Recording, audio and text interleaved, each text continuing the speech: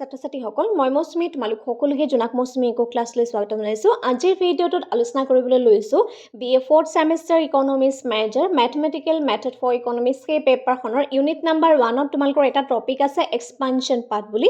সেই টপিকটো আলোচনা কৰিম আৰু ইউনিট নাম্বাৰ 1টো মেথছ যিমান ইম্পৰ্টেণ্ট হয় তাৰ সমান্তৰালভাৱে কিন্তু থিয়ৰীখিনিও ইম্পৰ্টেণ্ট হয়। গতিকে এক্সপানশ্যন পাৰ্ট বুলি যোনটো আছে সেইটো কিন্তু থিয়ৰী হয়। গতিকে এই থিয়ৰীখিনি বা CD প্ৰডাকশ্যন ফাংচনখিনি ইনডিফাৰেঞ্চ কাৰ্ভৰ কুৱেশ্যনখিনি সেই থিয়ৰী বেছড কুৱেশ্যনখিনি কোনো কাৰণতে তোমালোকে স্ক্ৰিপ্ট নকৰিবা।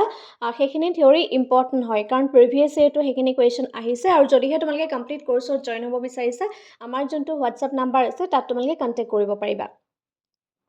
এতিয়া এক্সপানশ্যন পাৰ্টটো আমি যেতিয়া প্ৰুভ কৰিম বা ডিৰাইভ কৰিম সেইটো আমি CD production function that means Cobb Douglas production ফাংচনৰ সহায়ত প্ৰুভ কৰি দেখাওঁ। গতিকে তাৰ কাৰণে এটা ডায়েগ্ৰাম ড্ৰ কৰি লৈছোঁ। সকলোৱে দেখা পাইছা ডায়েগ্ৰামটো। সেইটো হৈছে এক্সপানশ্যন পাথৰ ডায়েগ্ৰাম। এটা আমি প্ৰথমতে জানিব লাগিব যে এক্সপানশ্যন পাথ মানেনো কি হয়। ঠিক আছে, এক্সপানশ্যন পাথ কনচেপ্টটো মাইক্ৰ' ইকনমিক্সৰ পৰা আহিছে আৰু এইটো প্ৰডাকশ্যন ফাংচনৰ লগত জড়িত, উৎপাদনৰ লগত জড়িত আৰু অসমীয়াত আমি নিৰীখ ৰেখা বুলিও কওঁ। এতিয়া এক্সপানশ্যন পাথ হৈছে বা নিৰীখ ৰেখা বুলি কয় বা উৎপাদন বৃদ্ধিৰ পথ বুলিও কোৱা হয়। সম উৎপাদন ৰেখা আৰু সমব্যয় ৰেখাৰ স্পৰ্শ কৰা বিন্দুবিলাক যেতিয়া আমি সংযোগ কৰি যোনডাল ৰেখা পাওঁ সেই ৰেখাডালেই হৈছে এক্সপানশ্যন পাথ। এতিয়া চোৱা ইয়াত IQ মানে হৈছে আইচ'কুৱান্ট।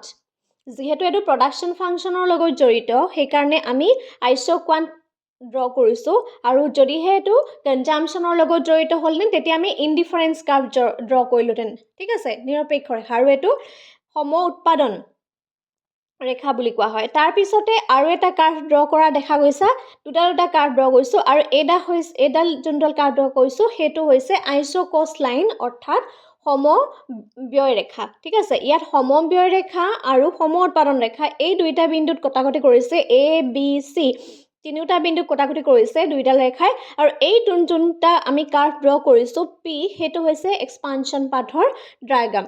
ঠিক আছে, এতিয়া চাবা এক্সপানশ্যন পাথৰ কুৱেশ্যনটো যেতিয়া আমি ডিৰাইভ কৰিবলৈ যাওঁ এই কুৱেশ্যনখিনি যেনেধৰণে আমি মেথমেটিকেলি প্ৰুভ কৰিব লাগে তাৰ সমান্তৰালকৈ কিন্তু আমি লিখিও ল'ব লাগিব। ঠিক আছে, গতিকে ইম্পৰ্টেণ্ট হয়, তোমালোকে চাই যাবা। এতিয়া এই কুৱেশ্যনটো যেতিয়া আমি সলিউশ্যন হিচাপে লিখিম ডেট মিনছ তোমাক কি সুধিছে যে derive the expansion path by using CD production function. CD production ফাংচনৰ সহায়ত আমি এক্সপানশ্যন পাথটো ডিৰাইভ কৰিব লাগে। প্ৰথমতে আমি ধৰি ল'ব লাগিব আমি এটা ধৰি ল'ম।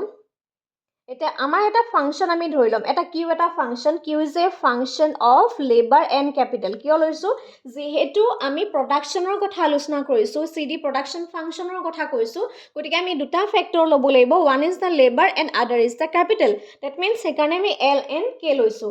চ' লিখি লোৱা LNK ইজ এ প্ৰডাকশ্যন, তোমালোকে লিখি যাবা দেই, এইখিনি ইম্পৰ্টেণ্ট হয়, এইখিনি স্কিপ কৰিব নোৱাৰি। is a production function the total differentiation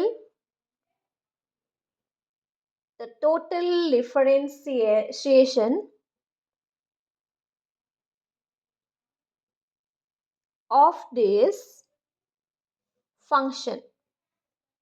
এতিয়া চোৱা এই যোনটো CD প্ৰডাকশ্যন ফাংচন দিয়া হৈছে সেই CD প্ৰডাকশ্যন ফাংচনটো আমি কামখিনি কৰিম, কিন্তু প্ৰথমতে আমি ধৰি ল'লোঁ যে Q is equal to is a function of labor and capital is a production function the total differentiation of this function.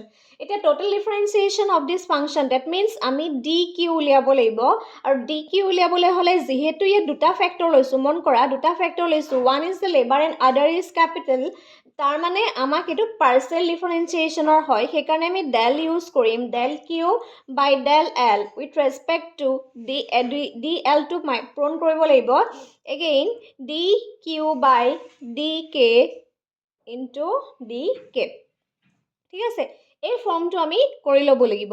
এতিয়া চোৱা আমাক কি সুধিছে DQ ওলাব লাগিব, টোটেল যোনটো আমাৰ ডিফাৰেঞ্চিয়েশ্যন হয় সেই টোটেল ডিফাৰেঞ্চিয়েশ্যনটো ওলাবলৈ হ'লে আৰু আমি এটা কথা জানো DQ বাই DL টো হৈছে MPL, ইয়াৰ মাৰ্জিনেল প্ৰডাক্ট।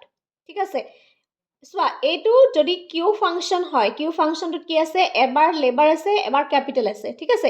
এই function with respect two L কৰিম, যদি উইথ ৰেচপেক্ট টু এল কৰিম, তাৰমানে এইটো এটা মাৰ্জিনেল ফাংচন উলিয়াম, হয়নে? এইটো যদি টোটেল ফাংচন হয়, এই টোটেল ফাংচনটোক আমি ডিৰাইভেটিভ কৰি কি পাওঁ, মাৰ্জিনেল ফাংচন পাওঁ।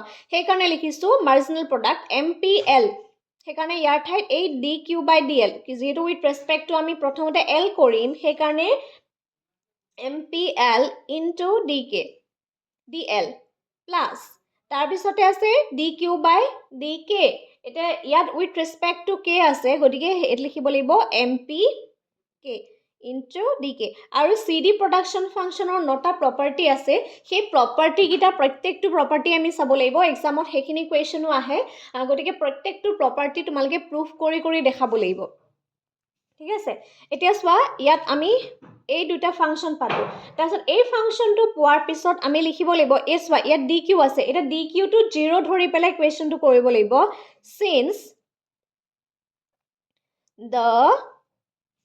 Since the total output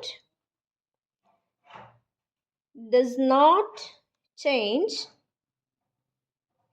with the change in L and K along an isoquant,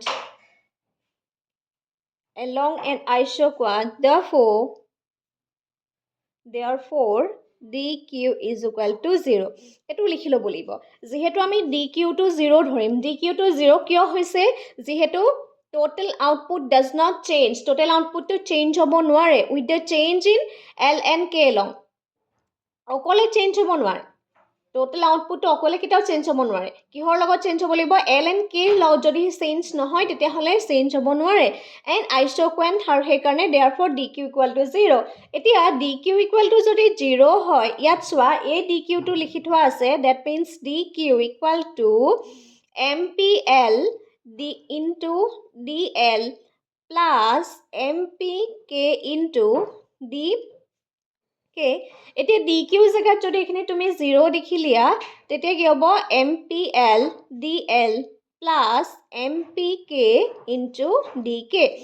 এতিয়া নেক্সট আমি কি কৰিম, ইয়াত যিটো 0 আছে, 0 থকাৰ কাৰণে MPK আমি লেফ্ট হেণ্ড ছাইডলৈ লৈ আনিলোঁ। ইয়াত প্লাছ আছে, এফালে লৈ আনিলে কি হ'ব, minus MPK into DK equal to MPL into DL। তাৰপিছত আমি যিহেতু তাৰ ভেলুকেইটা ওলাব লাগে, DK বাই DL। এতিয়া চোৱা DK বাই DL যেতিয়া উলিয়াম, তেতিয়া ইয়াৰ মাইনাছটো গুচি যাব দেই। এতিয়া চোৱা এইটো ডিৰাইভ কৰিলোঁ, আমি ডিভাইড কৰি দিছোঁ। এতিয়া DK বাই DL হৈ যোৱাৰ লগে লগে MPK বাই MPL কিয় হৈছে চোৱা, এইটো মাল্টিপ্লাই, এইটো DLটো ওপৰলৈ পূৰণ হৈছে আৰু DKটো তললৈ পূৰণ হৈ গৈছে। এইটো এনেকৈ লিখিলে এইটো পূৰণ হ'ব। চোৱা DK ইনটু MPK একে আছে, হয়নে? তাৰপিছতে MPL DL, এইটো আমি ক্ৰছকৈ যদি এনেকৈ পূৰণ কৰি দিওঁ চেমটোৱে পাম, কিন্তু যিহেতু আমি ডিভাইড কৰি দিছোঁ, ডিভাইড কৰি দিয়াৰ কাৰণে এই ফৰ্মটো লিখি লৈছোঁ, ঠিক আছে। আৰু this is the equation number 1। এইটোক আমি ইকুৱেশ্যন নাম্বাৰ 1 বুলি লিখি দিলোঁ, কাৰণ এই ইকুৱেশ্যনটো শেষত আমাৰ দৰকাৰ হ'ব, গতিকে ইকুৱেশ্যন নাম্বাৰ 1টোলৈ আমি আহিব লাগিব। এতিয়াহে আহিম CD প্ৰডাকশ্যন ফাংচন। এতিয়া আমি প্ৰথমতে বনাই ল'লোঁ এক্সপানশ্যন পাথৰ সহায়ত, এই যিটো ডিৰাইভ হয় সেই ডিৰাইভটো বনাই ল'লোঁ। এতিয়া আমি আহিম according to CD production function. According to the CD production function, okay? CD production function যেতিয়া উলিয়াম, that means Q equal to A K alpha L beta, এইটো আলফা আৰু বিটা বুলি কয়, ঠিক আছে। এতিয়া K alpha L beta, আৰু যেতিয়া আমি CD প্ৰডাকশ্যন ফাংচন কৰোঁ, তেতিয়া তাত প্ৰপাৰ্টি আছে। CD প্ৰডাকশ্যন ফাংচনৰ প্ৰপাৰ্টিখিনি যেতিয়া তোমালোকে কৰিবা তেতিয়া গম পাবা, গতিকে সেইখিনি আকৌ এক্সট্ৰাকৈ প্ৰুফ কৰি দেখাব নালাগে। CD প্ৰডাকশ্যন ফাংচনত যেতিয়া আমি MPL উলিয়াওঁ দেই, MPLৰ যোনটো ভেলু হয় সেই ভেলুটো হয় বিটা কিউ বাই এল। এইটোক ইকুৱেশ্যন নাম্বাৰ আমি 2। এইটো আমি মনত ৰাখিবই লাগে, যেতিয়া CD প্ৰডাকশ্যন ফাংচন কৰিম, CD প্ৰডাকশ্যন ফাংচনৰ প্ৰপাৰ্টিয়ে হয় এইটো, ঠিক আছে।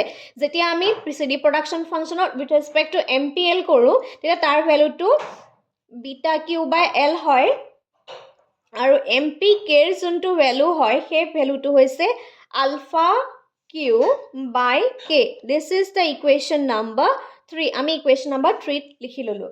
So now এই দুইটা equation আমি 1 ত put কৰিম. Now putting 2 and 3 in 1 we get.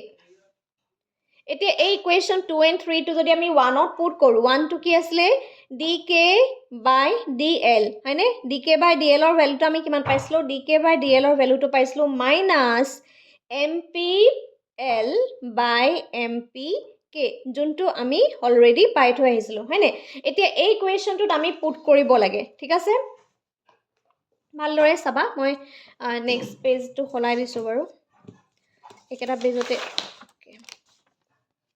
That means আমি কি পালো আকৌ এটো পেজত লিখিছো dk by dl ৰ যোনটো ভ্যালু সেই ভ্যালুটো তুমি বহাই দিয়া মাইনাস পাইছিলো mpl mpk ঠিক আছে again আমি কি কৰিব লাগিব dk by dl মাইনাস তো থাকিবই এতিয়া চোৱা ইয়াত যে আমি কৈছো যে আমাৰ এটা ভ্যালু আমি পাইছিলো সেই ভ্যালুটো যোনটো mpl ৰ ভ্যালুটো আমি পাইছিলো beta q by l আৰু mpk ৰ ভ্যালুটো পাইছিলো alpha q by k ঠিক আছে এতিয়া এটো ডিভাইড হৈ আছে নে এটো হৰণ হৈ আছে এই হৰণটো যদি মই পূৰণ কৰিবলৈ যাও মাইনাসটো থাকিবই লগত লাগিব beta q by l এটো উল্টা হৈ যাব এটো কি হ'ব k টো ওপৰলৈ যাব alpha q টো তললৈ আহিব হয়নে নহয় এতিয়া a q টোৱে কেনসেল হৈ যাব আৰু আলটিমেটলি কি থাকিব minus beta l into k alpha আৰু ইয়াক আমি এনে ধৰণে লিখিব পাৰো মাইনাস লিখা beta alpha into k by l ঠিক আছে এনে ধৰণে আমি বনাই ললো তাৰ পিছতে এই যেটো এক্সপানশন পাথৰ কন্ডিশন এতিয়া আমি তাৰ কন্ডিশনটো লৈ আহিম কাৰণ কন্ডিশনটো লাগিব এক্সপানশন পাথৰ এটা লিখিম along and optimum expansion path following condition is fulfilled expansion path হবলৈ হলে আমি তাৰ ফুলফিল কৰিব লাগিব এতে সোৱা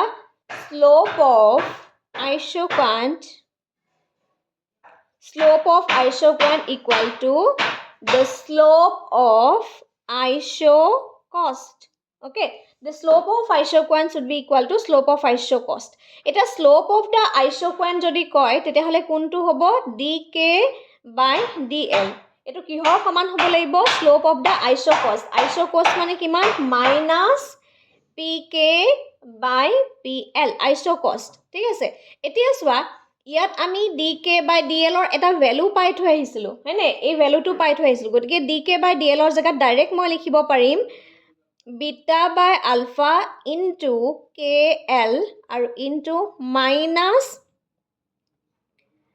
pk by pl এটা a minus টোৱে আমাৰ কি হৈ যাব কেনসেল হৈ যাব ঠিক আছে এটো কেনসেল হৈ যোৱাৰ পিছত নেক্সট আবা k by l যেতিয়া থাকিব নেক্সট আকৌ চাবা pk by pl যাৰ জায়গাত আছে তেনেকৈ থাকিব এতিয়া এই আলফা বাই বিটা টো যদি মই ইয়ালে লৈ যাও তেতে কি হৈ যাব এটো উল্টা হৈ যাব হয়নে বিটা বাই আলফা হৈছে এতিয়া কি হ'ব আলফা বাই বিটা হৈ যাব ঠিক আছে এতিয়া ইয়াত কি হয় pk by pl ৰ যোনটো ভ্যালু হয় হেতু এটা কনস্ট্যান্ট হয় আৰু আলফা বাই বিটা টো কি হয় এজ এ কনস্ট্যান্ট হয় because the capital and labor ratio is constant যেহেতু capital and labor ratio constant হয় আৰু এইখিনিও এজ এ কনস্ট্যান্ট হিচাপে ধৰা হৈছে এতিয়া আমি দেখিবলৈ পালো গুটেইখিনি বস্তু আমাক কিহত ওলাইছে পজিটিভত ওলাইছে alpha beta pl and also the pk is greater than 0 that means plus ot ulaise and constant is greater than 0 and constant aru hekarne ami ene dhorono sao paru hence every stage এটো মন কৰিবা দেই k/l is constant কেনেকে হয় that is প্ৰমাণ কৰি যদি চাও এতিয়া চোৱা k/l is equal to যদি half হয় half হ'ব পাৰে 2/4 হ'ব পাৰে 3/6 হ'ব পাৰে যোনটো আমি ডায়াগ্ৰামটো ড্ৰ কৰিছিলো আলটিমেটলি এই গোটেইখিনিৰ কিমান হয় হাফ নহবগে জানো লিখি লোৱা does মই বুজাই দিম বাৰু the expansion part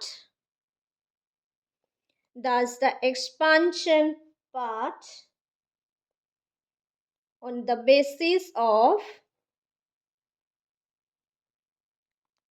CD production function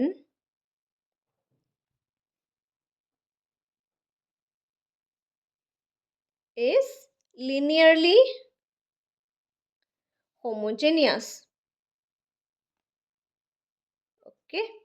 এনেধৰণে কৰিব পাৰো এতিয়া চোৱা এই ডায়াগ্ৰামটোলৈ মন কৰা এই ডায়াগ্ৰামটোত চোৱা যেতিয়া 1.5 হৈছে সেকেন্ডটো 2:4 হৈছে 2:4 মানেও হাফ হয় 3:6 মানেও হাফ হৈছে ABC তিনটা পইণ্টত যদি চাও A পইণ্টত চাও হাফ হৈছে B পইণ্টত যদি চাও 2:4 হৈছে 2:4 মানেও হাফ হয় C পইণ্টত যদি চাও 3:6 হৈছে 3:6 মানে হৈছে হাফ গতিকে যেতিয়া আমাৰ এক্সপানশন পাথৰ কথাটো আহিব বা আমাক এটা অপটিমাম কম্বিনেশনৰ কথা সুধিব সেই অপটিমাম কম্বিনেশনটো হ'বলৈ হলে দুটা এটা কন্ডিশন লাগিব যে the slope of the isoquant should be equal to the slope of the isocost the slope of the isoquant টো আমি অলৰেডি CD প্ৰডাকশনৰ ফাংশনৰ সহায়ত উলিয়ালো হেতু হৈছে -β/α * k/l ঠিক আছে গতিকে এই যে dk/dl আসলে তাৰ জায়গাত মই ডাইৰেক্টলি এটো পুট কৰি দিব পাৰো ঠিক আছে আৰু যেহেতু the slope of the isocost so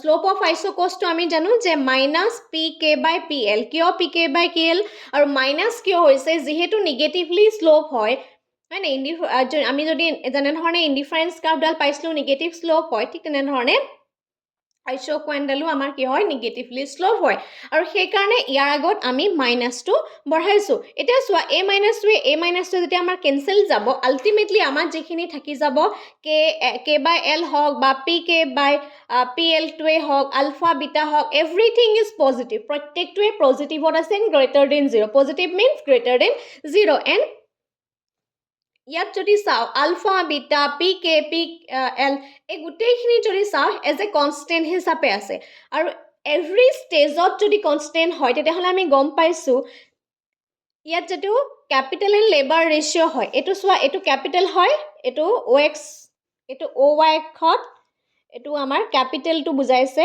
আৰু ইয়াত আমাৰ লেবাৰটো বুজাইছে ঠিক আছে লেবাৰ এন্ড ক্যাপিটালৰ যোনটো ৰেশিও হয় সেই লেবাৰ এন্ড ক্যাপিটালৰ ৰেশিওটো half what ওলাইছে thus the expansion part on the basis of the CD production function is linearly homogeneous এনে ধৰণে linearly homogeneous হয় এখিনি মই আজি কনসেপ্টটো কৰালো কিন্তু এখিনি কনসেপ্টখিনি কৰাৰ আগতে তোমালকে CD production functionৰ প্ৰপাৰ্টি খিনি ভালদৰে চাই লবা কাৰণ ইম্পৰ্টেন্ট হয় CD production function দেখিছানে এখিনি ডাইৰেক্টলি আহে CD production functionৰ এই প্ৰপাৰ্টি খিনি আমাক লাগে প্ৰপাৰ্টি খিনি ভালদৰে চালে ডাইৰেক্টলি আমি এখিনি বঢ়াই দিব পাৰো যেহেতু এই বস্তুখিনি সম্পূৰ্ণ CD production functionৰ প্ৰপাৰ্টিজ বিলাকৰ পৰা আহিছে উতে প্ৰত্যেকটো প্ৰপাৰ্টি আমি প্ৰুফ কৰি চাব লাগিব এক্সামতো কোৱেশ্চন আহে এটো নহয় যে গোটেই নটা প্ৰপাৰ্টি একেলগে দিব তাৰ ভিতৰত এটা দুটা তোমালকক দি দিব CD production function linearly homogeneous হক বা CD production function ইউলাৰছ থিওৰামৰ ক্ষেত্ৰতে হক এই কোৱেশ্চনখিনি পৰীক্ষাত খুব বেছিকৈ আহি থাকে